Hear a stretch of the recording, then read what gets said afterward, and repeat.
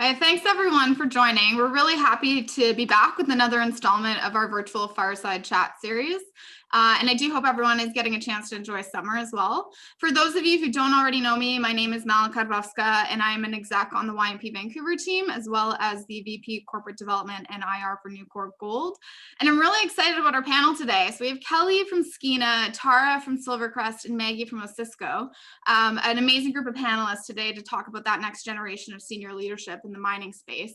But just before we kick into the event itself, I just want to start by thanking our very generous and supportive sponsors, without whom these events would not be possible. So our Vancouver sponsors are KPMG, Castles, Integra, New Placer Dome, Equinox Gold, Verify, and Solaris, and our global sponsor is Rio Tinto. I also just want to acknowledge the remainder of our YMP exec team in Vancouver, who put a lot of effort into making these events happen. So a big thank you to Mike from KPMG, Jen, Laura, and Winda from Castles, and Peter from Gold Mining. Right before we start the event, as you all are very aware, this webinar is provided for information purposes only. The event will be recorded, and as we intend to only have the four of us on video screen, you have all acknowledged that by registering, just in case there's an unforeseen circumstance, your image or voice may be captured or recorded. And lastly, we highly encourage questions throughout the event. We really want this to be an interactive and inclusive discussion. So throughout the hour, as questions get thrown in, we will be addressing them. So please use that Q&A function at the bottom of your screen there. And lastly, I'm not an IT professional. If you have any issues, just suggest exiting and re-entering the webinar. So with that, I'm going to kick things off and give everybody a bit of an overview on myself. So I've been in the mining space for about 12 years now, finance background. I spent the first half of my career in investment banking and then transitioned into private equity, after which I've spent time on the corporate side now on the executive team for Newcore as Corp Dev and IR. So with that, let's pass it over to the panelists. So Kelly, I'll start with you. If you can introduce yourself, your background, why did you get into mining, and also those stepping stones to get to that senior leadership position you're in today. Thanks, Mal. And thank you to the rest of the panelists and everyone for tuning in. So my name is Kelly Earle. I'm currently the Vice President of Communications for Skeena Resources. I've been in the industry for 13 years now. My undergraduate degree is in geology. So like most bright-eyed, bushy-tailed young geologists, I started working in the field in my early 20s. I had a couple of good experiences in the field, and then one of the first jobs I had right after I graduated, unfortunately, was not as great a field experience as the other. I actually had a complaint against a coworker, harassment complaint, and a boss that tried to cover it up, and it was a bit of a nightmare. I ended up being let go to cover up the whole situation. So I was in my early 20s with a degree in geology that I now thought I would no longer be able to use because I had sworn off field work forever because I had such an unpleasant experience in the field. But fortunately, through some connections at school, someone suggested an IR role, a junior IR role within companies that were about to IPO with assets in Nevada and Mongolia. And the CEO had no mining experience, so they were looking for someone in IR who had a technical background and understood geology. So I thought, well, I've got nothing to lose and it puts my degree to use. So I thought I would give it a try. And it turns out it was a perfect fit for me. It still gave me the ability to travel to projects, to look at the rocks and the geology that I loved, but not be in the bush on rotation. Or I guess back when I started in fieldwork, there was no rotation. You just went into the bush for the entire summer. So it's nice that that has changed. And IR ended up being a really good fit for me. When I started in IR a decade ago, the markets weren't great. So I started my own consulting firm. That's because nobody wanted a full-time IR person. And if you're technical in nature, you could charge a bit more. So nobody really wanted a full-time IR person. So I had a number of clients and I bounced around with companies and groups for a couple of years. I met some spectacular geologists along the way, had some great experiences.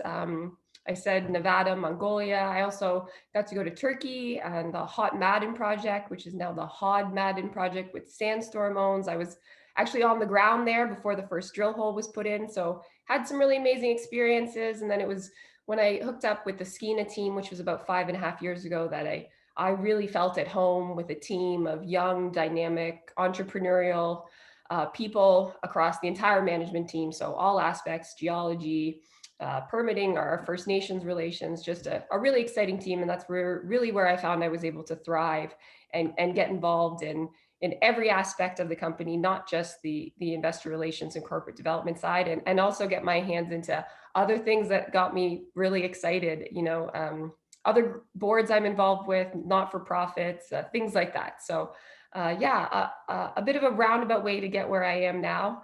But IR and corporate development is definitely the fit for me. Thanks, Kelly. And I think that I appreciate you sharing that candidly, because I think we've all experienced quite a few challenges that we've had to overcome to decide to really stick with this industry. So, and I think some of that we'll talk about over the course of the hour. Maggie, did you want to jump in? Yeah, for sure. Thanks, Mal. Yeah, I'm Maggie Layman. I'm the Vice President of Exploration for Osisko Development Corp. Our main flagship property is here in central British Columbia in the town of Wells, known as the Caribou Gold Project. So I've been a geologist for about 15 years now, from Newfoundland originally. So I spent some of my first experiences working in remote wilderness in Labrador, and I really wanted to get into the geology side of things. Having an interest in that when I was growing up. So when I finished school, I was working for a big company in near mine exploration in Sudbury, Ontario. It's kind of a great place to start, having with a big company where there's a lot of people to mentor you and really understanding different technologies and that side of the technical business, getting those field skills, being exposed to mining and production. And then in 2011, so yeah, 10 years ago now, I took that risk to try to diversify my career and moved out west and worked for a small junior company, Independence Gold, and I was there for about 3 years. And then in 2015, I was given the opportunity to join the Barkerville team. It was previously Barkerville Gold Mines before it became Osisko Development. And there I was able to use my skills of gold exploration and project management, understanding all the different aspects of exploration, from planning and mapping and being in the field, running drill programs, but also the side of community engagement and permitting, Indigenous engagement, and lands management. So it was a full, understanding the entire side of the exploration business and learning as much as I could on that front to really to make me qualified for my current role, and not just the strategy and understanding the rocks and the controls of mineralization, which is obviously a big part of it, but having that full perspective of how do we budget things, how do we raise money, and getting involved in that, which really allowed me to get into this role. Thanks, Maggie. Yeah, and I think that's it'll be an interesting thing we can talk about, but yeah, as you become a senior leader and part of the exec team, it's more than just that singular role. It's framing how do you make a business successful long-term. And Maggie, I just want to highlight that Maggie was the winner of our YMP award this year, the Ira Thomas Award. So hopefully we'll be able to celebrate in person at the awards next year. Over to Tara for your background. Thanks so much, Mal, and thanks to everyone for joining and for YMP for hosting this.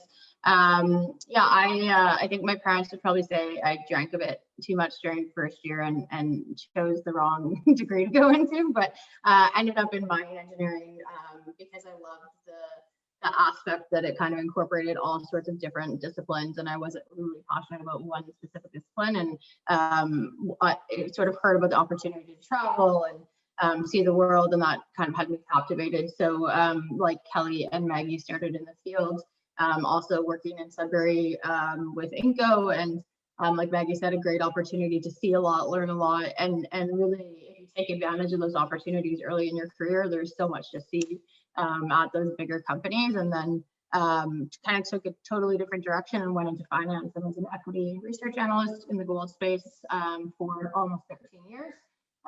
Worked at small shops, big shops, mid-sized shop, and that opportunity, really set me up to fully understand capital markets and how important that is in structuring a company, and the roles that all of us are sort of involved in now, how critical it is to kind of understand the workings and what investors are looking for, and So did that and then moved over and began my role at SilverCrest just about a year ago, doing corporate development, and pretty exciting to be on the side after watching so many people, bring these projects forward, from the sidelines, I guess, giving advice, but not actually participating. I'm really excited to be part of a mine build. We have a really experienced and talented team, and similar to Kelly, pretty dynamic group, and excited to see a new mine coming forward, and what we can do with that. Thanks, Tara. And I think you touched on a good point too. I mean, one of the reasons I'm excited to be on this side of the fence is that, advancing an asset, seeing it grow and become something, and you have an idea in your head of what it could be, but it takes a lot of hard work to actually get it there. So being part of that team that does that is pretty exciting. So to elaborate a little bit more on background, so Kelly did touch on challenges that she's faced in terms of advancing into that senior leadership role. I thought maybe I'd throw it to Tara if you've got any kind of highlights or challenges that you could comment on, or kind of a bit of advice, right? I mean, one of the things that I've found is that finding the right team that'll actually propel you forward is really critical as you're trying to advance your career. Yeah, I mean, not great advice and actionable, but they say it's good luck and good timing in this business, and I'd say that has a lot to do with it. But I think you can influence that in a big way by working hard, asking questions. I think I've never met more people open and available in this industry to and people love talking about stories and things they've learned, and places they've been and experiences they've had. So I think if you really spend the time getting to know people and actively listening and also asking questions and participating in the conversation, I think that's really important, and building a network, because a lot of that timing and good luck comes from having people think about you when opportunities become available. Thinking about, especially as you're evolving your career, if you want to start to look at stuff like board positions, or, if you're looking to move, or if you're looking to, change from, capital markets into something else, I think it's really important that you have a network that's going to say, hey, who would be great for this role? And you're one of the first phone calls. And so for me, that's always been really critical to maintain that network, hopefully make a good impression on people, and cultivate that, and make sure that you're giving back to that network as well. It can't just be taking from people and expecting them to think of you. You also have to be thinking about other people, and bringing them into opportunities that could be of interest to them as well. Yeah, that's a great point, that it's a two-way street in all these things. And I think that the mining community has built such a good community that if it's a career you want to pursue in an industry, that there is an avenue to building more than just network. It's friendships and long-term friendships. But yeah, for sure. It's one of the things I really like about the space. Yeah. One though, I guess to either of the three of you, how do you think you broke through that ceiling though? Because I think that in a lot of these situations, it can be challenging to actually become part of the executive team that's making the decisions. It's kind of easy to be sort of middle management almost, the doer. And I personally know I'm a bit of a doer. I'll probably put up my hand too many times sometimes to do so if does anyone here want to kind of comment or have any advice on that? How do you really break through that ceiling? Yeah, sure. I can step in on that one. So I think the right team has a lot to do with it. That's one thing. So it's not until you find the right team that wants you to succeed that you'll be able to succeed. So I'm sure we've all had bosses who want to keep us in our current roles, don't want us looking at other opportunities. But the best bosses I have said, you're probably going to get poached, and if you do, and if it's for a better role, I'll be grateful for you. I'll be sad to see you go. So finding the right team's a huge part of it. But I think another part of it, especially as women, we don't do this as well as men do, is letting it be known your aspirations. What are your goals? What do you want to do? How do you want to achieve it? How do you want to get there? Right? And I've set goals for myself, salary-wise, career-wise. You have to know what you want, and you have to be vocal about it, and you have to go after it. And if you're with a team that doesn't agree with you or isn't going to try and help you achieve those goals, then you should go find another team. But you need to speak up for yourself if that's what you want to do, and take control of your own career. Yeah, Kelly, I totally agree with everything you just said. I think it's, and I say that to people all the time too, you know, nobody's going to lay awake at night like wondering what's going to make me happy, right? You have to find out what you want to do, but then also, yeah, like what Tara said, network with people and, you know, find people who are doing that, and then what steps did they take, and maybe get some advice from there, but you know, also to work hard and to ask for what you want.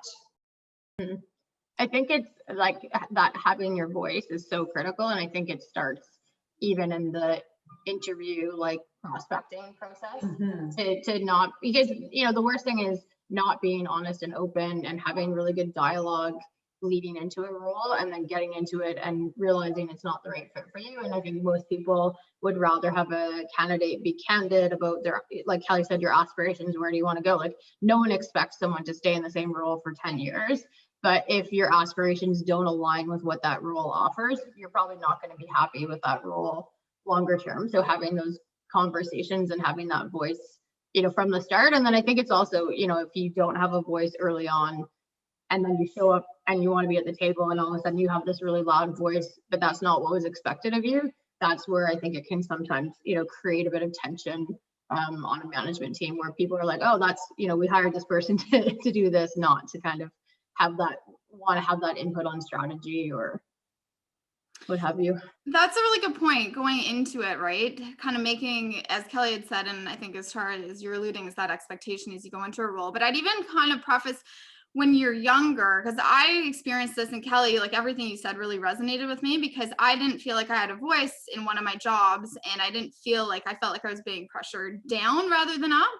And it actually gave me my voice. I found that I got so frustrated that I wasn't in the right role that I finally decided that I could find something else. And I think having that ability to step back and say, okay, I can do this, because it's really scary. You think, oh, if I'm going to quit a job, am I going to find something? Is somebody going to actually think I'm valuable? But I think finding that inner, I guess, confidence, and then that translated to having a voice. And then I think translated into, as I kind of changed career, not careers, but jobs, you know, going in saying, I want a voice at the table and I want to be part of the exec team. So I think it's really important too to use, you know, your peer network as a sounding board too, because sometimes, you know, you think you're in a situation that is good or bad, and having those outside perspectives help you shape and put maybe a different spin or a different perspective on it, and you know, give you a bit more sanity in a situation when, you know, you're feeling like frustrated, or you know, I haven't experienced this before, and just having those outside voices kind of to input and help you choose the right direction. Oh, absolutely. And providing perspective. I mean, I think every time I faced a challenge, having that network that I can go to kind of sanity check and be able to step back before reacting to a situation, I think is really important.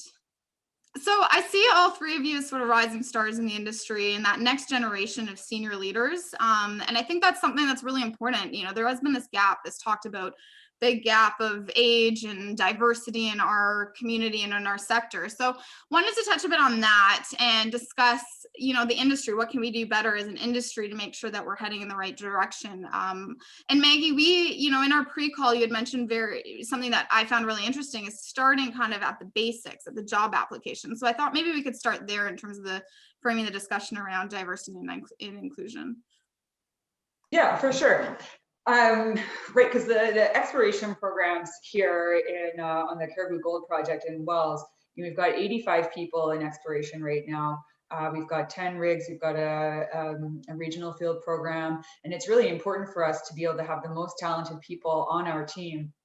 And then sometimes you're looking and there's not really that balance of diversity within your team. And I find that the risk of that is that there are not as many perspectives. And when you have that diversity, you get the perspectives, you get a well-rounded viewpoint of the operation and your department and what we're trying to accomplish. Whereas if it's all one type of person, it's nope, this is the way we've always done it. And not everybody has a voice at the table. Where if you have a lot of different diversity within your company, then you will get those different voices. But with that being said, it does start at the job posting. Sometimes you see these really aggressively worded job postings like must do this, can't have this, you know, like almost kind of like a negative place to work. You need to display your workplace culture and goals and objectives within that job posting so you can attract the best candidates to your company. And I think that's being competitive and then showing, yes, there is also, but it's diversity and inclusion. So you can say, okay, yeah, check, we've checked all these boxes, but then you're not including everybody in the conversation and setting the, how are we going to make all of these goals happen? How are we going to get there? So you do also have to use that inclusion aspect of diversity and inclusion. And I would say that even before the job posting, it comes from the management team, the senior manager, and the board. So if there's no diversity in your board or your management team, what's the likelihood that that's going to trickle down into a jobs posting? I would say slim to none. I would say if it's something that is important to you, it's one thing I've really learned in this industry. You have to hold what's important to you dear and stick with it and don't compromise on it. So if you're looking for a job and the job sounds amazing, but you're really interested in diversity and inclusion, and the board and management is, let's be honest, all white men, like it is so often in our industry, is that really the company that you want to work for? Is that really what holds true to your values?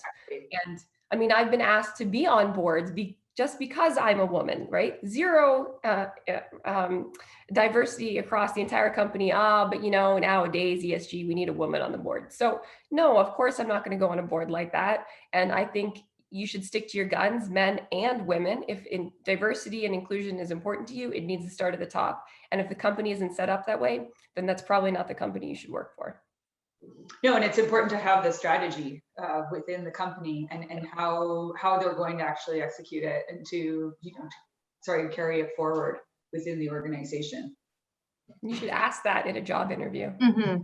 Yeah, I was going to say, like, to your point, Kelly, it's definitely intimidating if you're in a minority group, trying to break into a company that doesn't appear from the outside to be embracing diversity. But the reality is like, to get diversity to happen for those companies, someone has to do that. But so I think if you're having those healthy conversations during the interview process, there could be some companies that are just, the candidates are what the candidates are. And, if we're being honest, there is, if we think about the pools that are applying for a lot of these jobs, unfortunately, because we're not starting early, like talking grade school, elementary school, high school, university for recruiting and advertising this industry as a great place to work and a great opportunity for career and all these things that are appealing to people that are coming through the system now in terms of looking for their careers. There's going to be there's going to take time to get to that a true diverse setup on a board and management team. So you do need to be having those conversations and trusting your gut. Just because someone's saying diversity is important, are they following through with actions in terms of and do they have concrete commitments to do that? So people should have policies in place. People should have actions, plans and commitments that they're following through to put some of this stuff into place. But there is going to be this period now where, unfortunately for some people, you're going to have to be the first kind of diverse voice at the table, and it can be a hard challenge, but I think it can also be a really interesting and engaging challenge to help transform and change this industry for the better. And educate the people you're working with, because as long as they want to learn and they want diversity, I think there's a lot of education that can happen. But also, Tara, to layer on to one of the things that you were talking about, I mean, I think the part of the challenge is that early on it's difficult to get in because there has been this boys club mentality. So it kind of, a lot of females opt out. And I think that actually more than just females, just any, diversity sometimes opts out of that. And then to Maggie's point around, she wanted to make sure that she qualified for everything. I think we, rather than putting our hands up early saying, okay, we can do this, I can learn on the job, I'm sometimes overqualified than the counterpart who's applied, we opt out because we don't think we're qualified enough, versus people who are less qualified than we are actually apply and get the job. So there's a lot, I think, that needs to change, or education or support from our networks in terms of making sure that people are putting their hands up for these positions rather than self-opting out. Right. It's somebody once said to me, it's like you sometimes don't apply for something because you don't have enough experience in that particular thing, but it's like, are you capable of learning it? Are you wanting to do that? Right. So it's those are important questions to ask as well when you apply for something. You said, okay, I don't check all the boxes. It's like, yeah, no, I can figure this out. It's similar to something I've done before. It's not totally out of my realm. Yeah, and I think it's, there's nothing wrong with admitting that you don't have all the skills, but the desire to learn those skills and giving examples as to, hey, when I did this previous role, I wasn't capable of doing this, or this, and this is the success I've had. I mean, I think all of us probably at some stage in our career or even currently are doing things that we didn't know how to do. And, through our past experiences and our, experience or a network and being able to reach out and figure out how to do these things, right? And that's, I'm sure there's CEOs who don't know what everything that they're doing in their role either, right? Because this, the cool thing about this sector is it's dynamic and it's changing, and between your asset and geographies and political stuff, and then you layer in technology and the way the world is changing, there's always going to be new challenges that come your way that you're going to have to figure out and adapt to. So certainly, like, don't let those soft skills kind of throw you off in a posting. Yeah, and I think that's where it's important too to have that network that pushes, because I've definitely been pushed sometimes. When I probably opted out and someone said, no, like, you're overqualified, you'd be a good fit. And then also being honest with yourself, whether it is a fit and they're going to provide the diversity in terms of wanting to improve. So, with that younger generation, do you think there's any advice, or I guess, how do we continue to improve? Because I think we're still not as advanced as some other industries. I mean, I don't think this is specific to mining necessarily. I think diversity and inclusion is a challenge in most industries, but mining, I do think, sits a little bit further back. How do we continue to improve? I mean, is there anything that you guys think the younger generation can take moving forward, and so that we're continuously accelerating rather than stagnating? Yeah, so I was going to say, bring your ideas forward to your team. The number one thing you can do. At Skeena, for example, we've got millennials and younger that work for us, and they've come up with some ridiculously cool ideas about a day in the life videos that are filmed at site on an iPhone that we turn into videos that we post on social media that shows just a plethora of what young people are doing at site for us. So come to your senior management team with cool ideas like that. Someone at site's a wildlife photographer. They're going to take pictures of wildlife and so we're in traditional tall tan territory, and put tall tan names underneath all the wildlife, and put posters up all over camp. And I was like, well, that's way cooler than safety posters everywhere. I'd just rather have some beautiful wildlife photos to look at. So I'd say that the best way for us to keep going with diversity and inclusion is for young people to say their ideas, share them. Let's make it dynamic. Some of the greatest ideas we've had at Skeena haven't necessarily come from the senior management, but they've come from the people working for us who feel that they're in a collaborative environment where they can share those ideas. So keep sharing, keep pushing, keep making suggestions. And it's also a great way to get noticed by the senior management team if you have career aspirations. Yeah. And, something that Tara mentioned too, that kind of just clicked for me when you were saying that, Kelly, is putting your voice forward, but also knowing to listen. Because I think, it is a balance. Or one of the pieces of advice I got early on was, Mal, you don't always have to talk. Make sure you're also listening, not just trying to get your point across. Because then you have more of a conversation if you're actually digesting, listening to what people are saying, but then make sure you're putting your hand up, because it's easy to sometimes sit there and not get a chance to actually say something, right? So do make sure you're putting your hand up, but also make sure you're listening. That was one of my pieces of advice early on that I think has helped me. Go ahead, Maggie. Sorry, I was going to say, especially when you're first getting into a management role, if you're used to doing technical things and running the show, and you have your own way of working, and that people work differently and everybody's got different management styles. If you're in that senior leadership role, these are the objectives of the company and that the board and senior management have set forth, and let me know if there's something standing in your way to accomplishing these. You don't want to say, okay, well, this is how you should do this. And somebody once said to me, which is important, come at things in a place of curiosity and not judgment. So it's because we can say, okay, well, that's not the way I would do it, but yeah, to be successful and to have to be able to focus on those big picture things, you need to let people do their job, because you've hired talented, competent people to execute your programs. And also make sure you take the time to compose your thoughts before you spew them out. I'm sure we've all done this.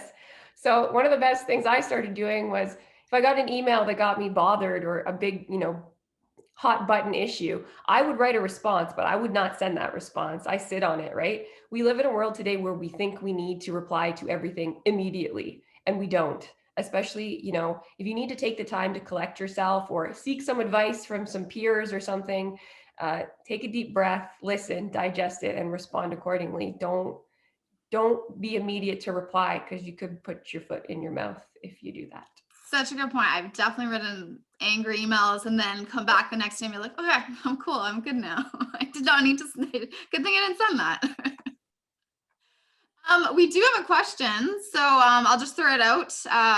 When trying to create meaningful change within your company with regards to inclusion and diversity, what forms of communication and outreach would you recommend to attract diverse and engaged applicants? How do we prevent candidates from self-opting out before they even apply? So, means of communication for us, for a big game changer for Skeena was really using social media. Mm-hmm. I know our industry's been a bit resistant, hesitant, and I mean all forms of social media, not LinkedIn. That's business professional social media. Facebook, Instagram, Twitter, we do it all now, because that's how you connect with a greater diverse group of people, and especially a younger generation. So actually adopting social media, not just having someone who doesn't really understand it do social media posts, but engaging younger people, getting some proper content created, asking young people at site for their ideas. That's how we have found that we can, have a greater diversity and inclusion, and try to reach out to a broader array of people. Mm-hmm. And I think that the idea of especially field work is, okay, how long am I going to have to be away from home, and what's the deal when it's like up there, to share as much information as possible, because some people, different cultures, backgrounds, people with kids, it's important to know that, hey, maybe your organization needs to communicate that they have a flexible schedule, Mm-hmm. and that it's open. So people are like, oh, I can't work that job because I'm going to have to be out there. It's like, no, this company offers a bus to and from site every day from the nearest town, and to give as much information as possible to include as many different people. Mm-hmm. So when you're writing the job postings, Skeena's looked at this, because we weren't getting the applicants we were hoping for. So we had to reword, exactly like you're saying, what we actually put in the job posting about flexibility, or perhaps you don't have these credentials right now, but we're willing to pay for courses for safety training here, first aid this. Like, this is what we want, but we're also willing to train and to help and to be flexible to get the candidates that we think will help with the diversity. Mm-hmm. I think, and you said this earlier on, Maggie, I think around writing that job description from the positive standpoint, and I think in ways where you can best reflect your culture and uniqueness of your company. I think there's some companies out there doing really cool things. I know I've been, really impressed with what our team has put together in a tough time to keep, to understand, like, hey, yeah, you're not commuting and you're saving some of your time in your life, but you're also, it's a struggle to be, working 100% from home and not having those moments to connect with your team. So finding ways. And so I think if you can spotlight some of those things, and also look for avenues outside of just LinkedIn, for not only for your social media communications, but for your posting. I think, unfortunately, LinkedIn becomes, an echo of your own network. And if your own network isn't diverse, you're never going to really reach that diversity goals that you're reaching towards. So, looking towards organizations that might support minority voices I know that there's some here in Vancouver are focused on the tech industry, and I'm sure that there are others as well. So looking towards posting towards some of those avenues, or even at the university level, there's women in business clubs and women in engineering, using some of those avenues for posting to be able to attract and just put it out there like, hey, we're looking for diverse candidates, because I think that is where a lot of the self opt-out comes from, is just looking at something posted on LinkedIn, looking at the network and saying this isn't going to be a fit for me. So I think making where you're posting purposeful can have an impact. Yeah, absolutely. And I also think doing, having a company that's supportive of their execs doing these kind of webinars and attending events, once that's a thing again. Being out there talking to the community, like, back in the day, I used to do a bunch of things with university students, and then YMP is another one of these kind of groups where you're trying to make sure that you're connecting people so that, it's not just who do you know. It's also about being able to connect. Like, I got into the industry without knowing anybody, which I thought was shocking, because most people I knew got in through a connection, or because they knew so-and-so who put them forward for a job. So, putting yourself out there a little bit, and then making sure that as companies, we are also making sure that we're taking a serious approach to, social media, and also attending these different events and webinars. So yeah, and I think as a company, it's really important to have a commitment to education and continuous learning. So that when people are applying who might have, 80 to 90% of the skills, you have that capacity, like Kelly said, to be able to go out and train them. Because I think oftentimes, the personality and the fit of the person is much more important than the skills that they're coming to the table with. Because if you've got the right attitude and the right approach, most people can with some training and sort of freedom to learn, can develop the skills that they need. So we do have another question. Would you please advise me on how new immigrants, women, effectively enter the mining industry in Vancouver? She's finding it challenging, given she's been applying for jobs for a few months, and without a connection, it feels impossible to get a job. And I will say, I think that's also probably accentuated by COVID, given that we're all working from home. But any thoughts there? Well, I would say, don't be afraid to reach out directly. I'm always happy to have a coffee, or I guess a virtual coffee now with people. I think, the more, people you talk to, the more opportunities that will present themselves. And I appreciate that can seem, very intimidating. But like I said before, I found a lot of people in this business are, pretty open to spending, 30 minutes to figure out, what you're interested in and what it is you'd like to be doing. And we were talking before we jumped on here how small this industry is, and how few degrees of separation there are. So I think, once you can make a few of those connections and, talk about your background and, what you're looking to do and who you are as a person, that might help you feel a bit more like you're part of this, local community that you've just moved to, and welcome. And I guess one of the benefits about everything being virtual these days is you can attend events anywhere around the world from your living room. Attend the YMP cocktail making event. Like, that was cool. I met people I'd never met before. All the conferences, most of the conferences are cheap to go to, $20 or maybe a bit more. Some are free. Find a mining conference and go cruise booths virtually, and go to the talks, and that's a really good way to make connections. Even if they're virtual to begin with, it'll be back in person soon enough. And so the more you get out there, the more you meet people, the more events that you attend, you will start to build a network. And you're right, that's one of the best ways to get a job in this industry. Yeah, I totally agree. The virtual thing has been so helpful, especially for myself, spending a lot of time in the field.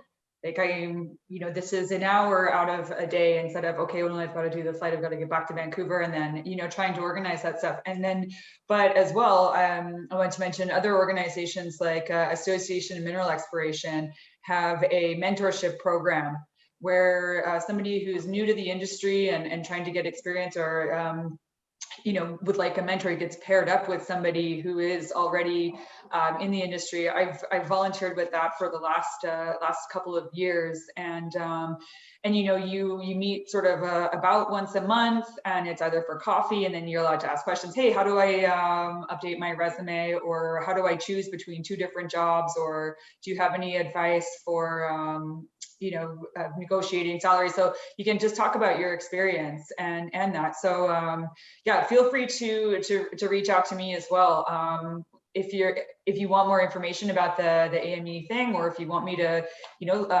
meet with you or look over your resume, anything like that, absolutely.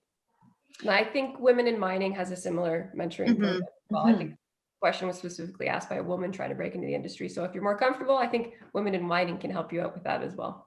Yeah, I think there's some great avenues you guys are pointing to. And the last thing I'll say is I think it's persistence and resilience is probably one of the things all four of us have had to deal with, is kind of sticking it out and trying, it's a tough industry. It can be, I mean, it's great at times, but it can definitely be challenging when you're trying to find your niche and kind of your role within mining. So, don't give up. I think that's one of the things that's characterized getting to where you three have gotten to, is just by not giving up, and sometimes even myself, I mean, I've had to leave a job to then find kind of a better avenue for myself within the mining industry. So it can be tough, but we're all strong. And I think there is opportunity, and hopefully one of those groups will also be able to help, I think, in terms of making some connections and as we open up post-COVID too.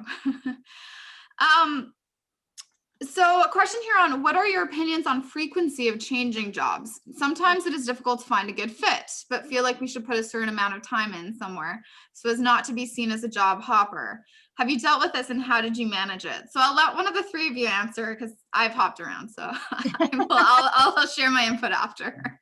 I think it's pretty common in our industry. Yeah. It's very common. One of the things I would say is I try not to be less than a year at a job. And even if it's not a good fit, there's still definitely something you could learn.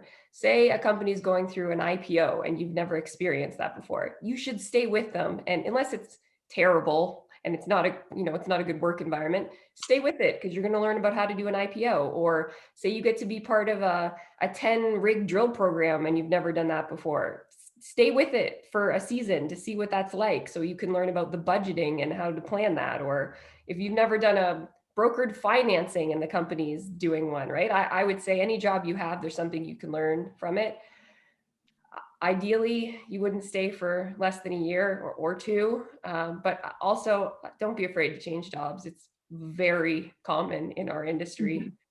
Yeah, especially early in your career, and if you're on the technical side of things where the jobs tend to be field-based. Okay, you get 4 or 5 months up in the Yukon doing, looking for gold, and then maybe you're going to Ontario looking for nickel, or all over the place. It's great to be able to get lots of technical experience and exposure, so you're learning lots. But if you find that there's a lot of jobs that aren't a good fit, also pay attention and ask important questions during the interview process, and don't just take any job because it seems like, okay, I need something now. Like, kind of have a few sort of red flags in your mind about what something that's definitely not a good fit right off the bat. This isn't going to work out. But yeah, definitely agree with Kelly. Like, there's got to be lots that you can learn from any one place if you spend a year there. I know for myself, I've spent, at least like 3 to 5 years at every company that I've worked for. And I've been able to see things go from like a field sample to feasibility. So I'm getting that experience. It's different if you're going to do one job for the entire time, but if you get to be a part of and learn the process of a lot of that stuff, then it's worth it. Yeah, I mean, I think, as Kelly said, it's pretty common in this industry. Transactions happen, teams change, like things happen to change your perspective on a role. I think the most important thing is, like Kelly said, taking something from it. I think even a bad experience can turn into lessons learned. And maybe those lessons are, I don't want to do things this way. This isn't the way I want to lead a team. But those are still important lessons. But, I think it is important to preserve your mental health. And if a situation is not positive for you, don't feel bad moving on, but it's also in the way that you handle your exit. You know, I think it's possible, and because this industry is so small, it's really important to leave things, you know, in a positive light and try to maintain the connections as much as you can. I think, you know, people can understand when things aren't a good fit as well, and sometimes leaving a role is the outcome that works best for both parties there. But yeah, so I think it's really situational based, and I think it's also about when you go on to look for that next role, thinking about you know, framing why that wasn't a good fit for you and reflecting on what you need in the next role to make sure that you know, that same thing doesn't happen again. Yeah, those are all, I'd echo all of that. And my first job was for kind of 5 years. It was a long stint. And then my following jobs have all been about 1 to 2 years. And I actually don't get the question a lot why I moved around, because everybody knows, like, A, it's mining, people move around. A lot of people are consultants in the industry, so they all work with different people.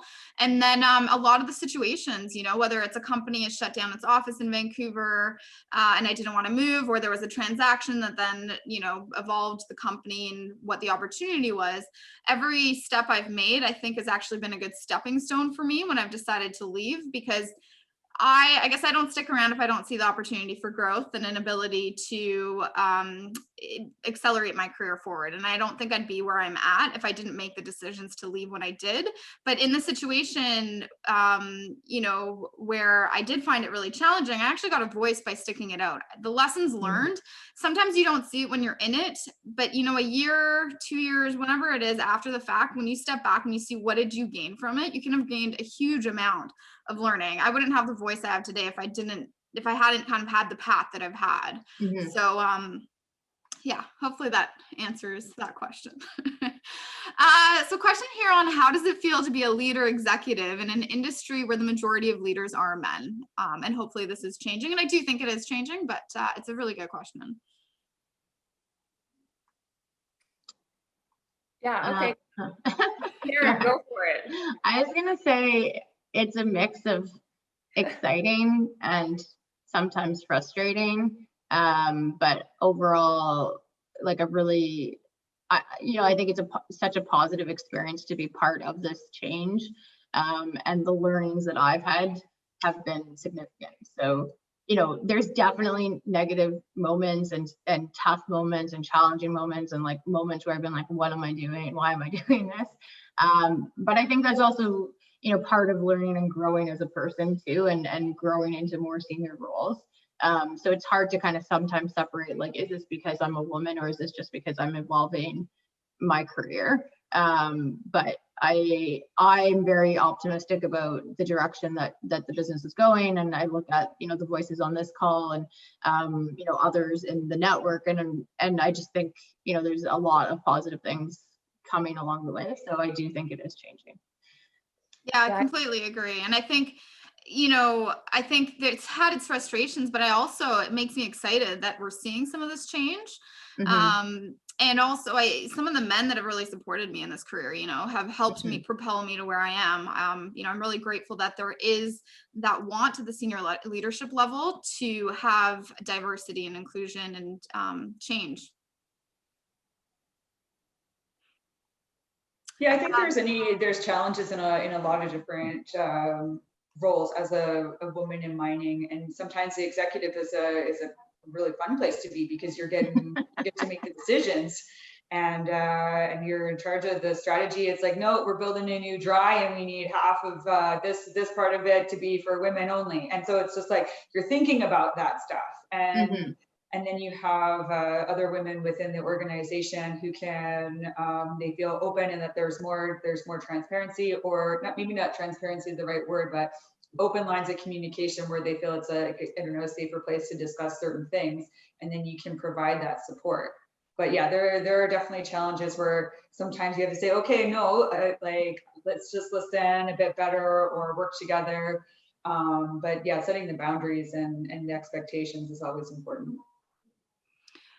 So question here on what are the thoughts about taking roles to be the token female? Kelly talked about it a bit. These roles can be seen as great opportunities. However, I don't want a role to fill a quota. So I think commenting on that, and I think the board, because Tara, you're a recent, you and Kelly both have board experience. So I think that there's some points there we can touch on. Yeah, token female. So I had mentioned I've been offered a lot because I'm fairly certain they just wanted to fill a quota. So my best advice is interview the whole management team, interview the board, talk to everybody, go out for coffee with everyone, talk to everyone. Do not feel that you have to reply right away. If they want you, they will pursue you. So take time, talk to everyone at the company you can, get the real feeling for how they feel, right? Like, I'll give you a real world experience. I had an interview, and one of the first things this CEO said was, not only are you pretty, you need to have a good brain in your head. And I was like, yeah, okay, well, no more waste my time with interviewing the board and management team. So get to know everyone and ask your network, right? This is a small industry. Ask people, do you know this board? Do you know this management team? What are your thoughts? Are they progressive? Are they inclusive? Or do they truly want to be diverse? And ask a lot of questions. So, and you're right, you could be the first female, but they could truly want to change and become more diverse. And I think you'll learn that pretty quickly if you get to talk to the board and the management team of the company that's offering you the job. That's really good. I fully agree with everything Kelly said. I mean, in my case, I've joined the Mavericks board. I am the first female on the board. I, can, say that there was some element of, they wanted someone on the board too. And they, openly talk about this in their circular, looking to increase diversity both at the management and the board level.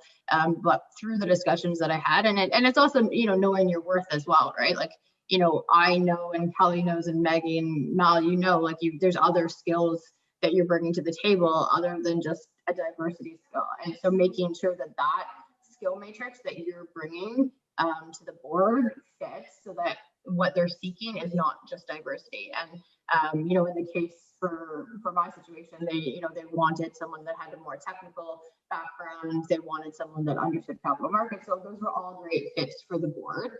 And so I think really, as Kelly said, having those interviews, having those discussions, whether it's for a board position or just for a management role or a role within a company, those are all really important discussions to find out, why are you looking to fill this role? What are you looking to gain? What voice do you want in this role? And if everything comes back to diversity, then, it is a token role. And to be fair, there's nothing wrong with necessarily doing that if you feel like you can affect change.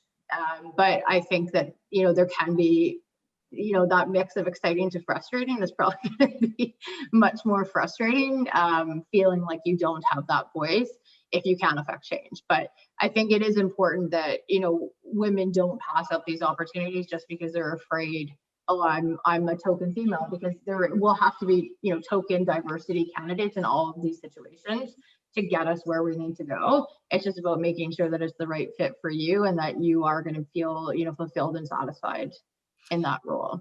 Yeah, and I think keeping in mind that your reputation's on the line, right? They don't, it kind of speaks back to, I think, what was initially said at the very start, is no one else is going to sit there worrying about your reputation, your career, are you getting enough balance, or no one else is there who's going to care as much as you are going to care. So you need to make sure that if you're taking on a role and you think it's potentially a token role, are you gonna have a voice at the table? How much does that mean to you? Is this a group you want to be associated with?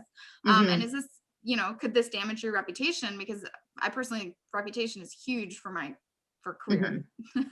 So we are running short on time, so I'm gonna pull, and I apologize as we're not gonna be able to get to all the questions.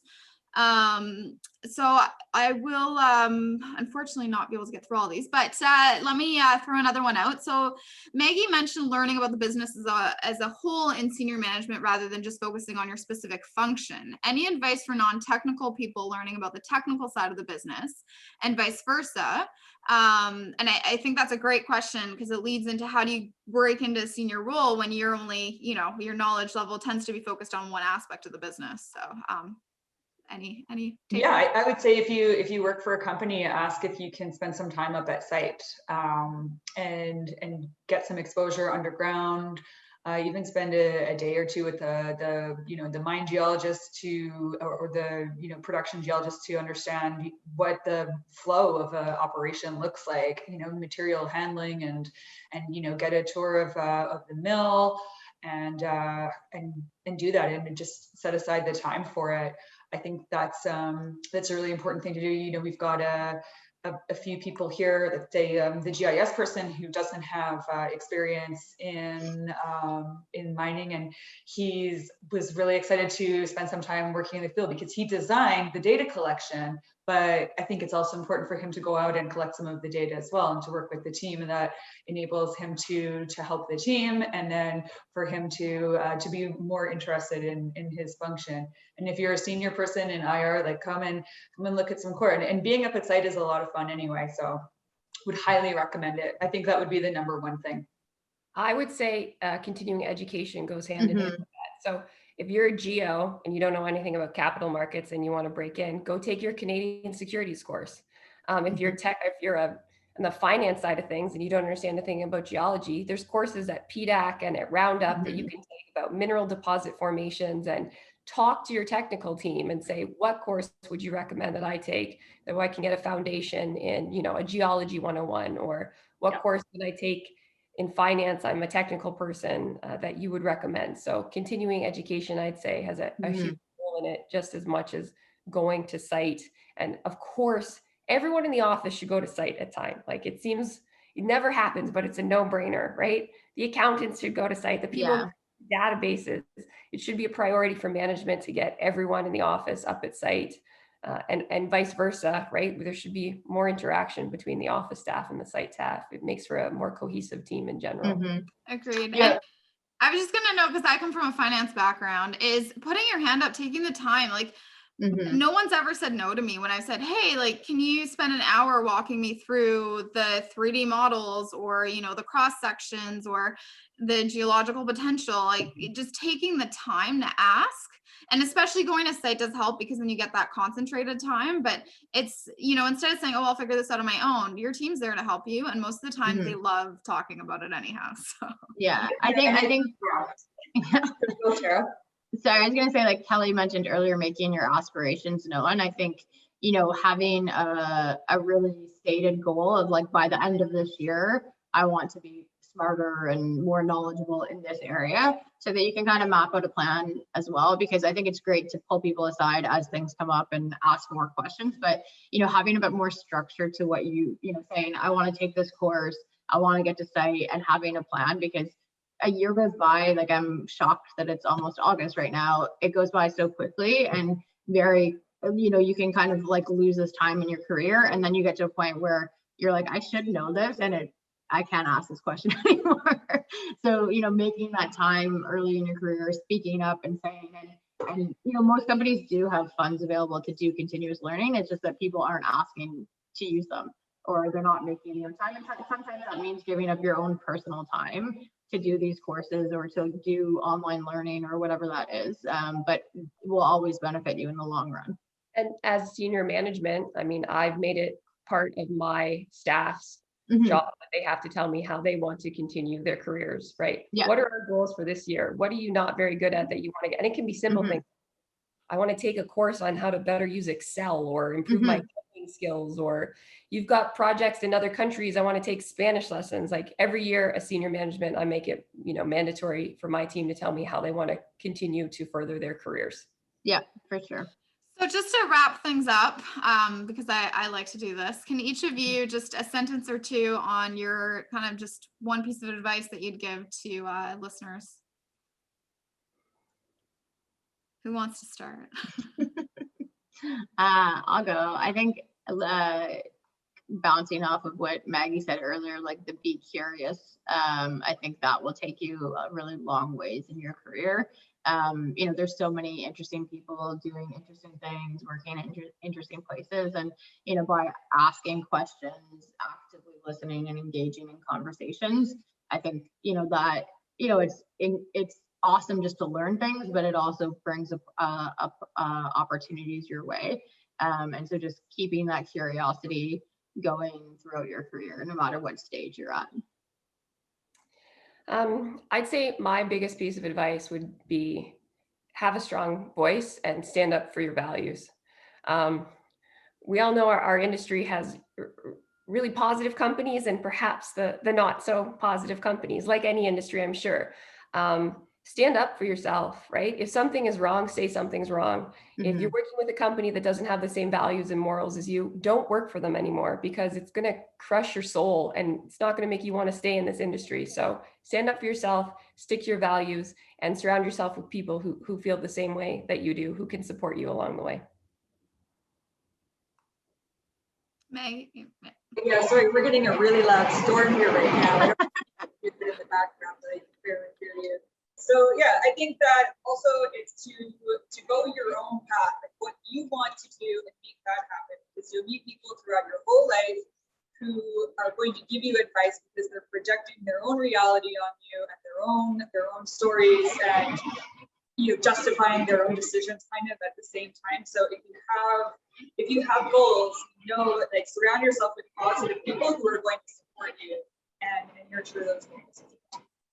Amazing, guys. I will just say from my piece of advice would be that this isn't a linear career. Career is not constantly up. You're going to have your ups and your downs. And so to remember that when things are challenging, they're also going to be amazing at some point. And I think that the challenges actually help us become better. And I think they help with becoming better senior leaders in this industry. So hopefully everyone found this really helpful. I did. And just want to thank Kelly, Maggie, and Tara for taking the time out of your day to do this. This was a lot of fun. So I hope everyone enjoys the rest of their day, and thanks. Bye. Thank you.